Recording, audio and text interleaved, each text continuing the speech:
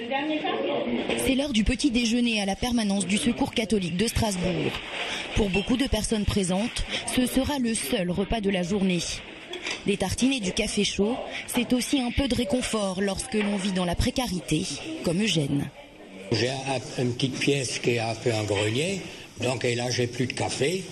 Donc j'étais dans le coin, dans le secteur, et j'ai dit tiens, je pense à Secours catholique, j'ai envie d'un café chaud.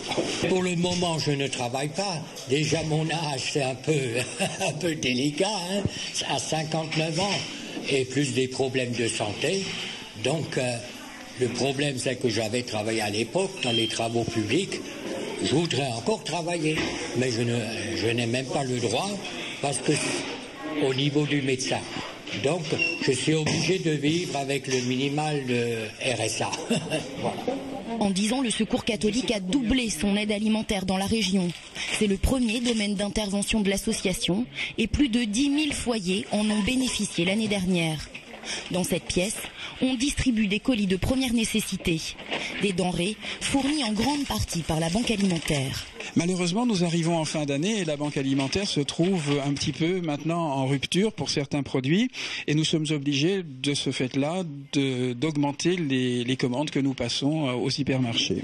Difficile de faire face alors que le nombre de familles qui bénéficient des colis d'urgence est passé de 280 à 350 en l'espace d'un mois. Cette étagère de petits pots était encore remplie il y a peu. Pour Lisa de Turckheim, responsable de la permanence, l'urgence se fait de plus en plus pressante. On en est au stade où ça devient une question vraiment de la collectivité en général. Les associations sont énormément sollicitées, que ce soit la nôtre ou d'autres, mais il faut vraiment qu'il y ait une prise de conscience générale, à la fois de tout concitoyen, mais aussi des politiques qui se rendent compte de la situation des gens. Et il faut faire quelque chose pour que les gens aient un minimum de dignité au quotidien.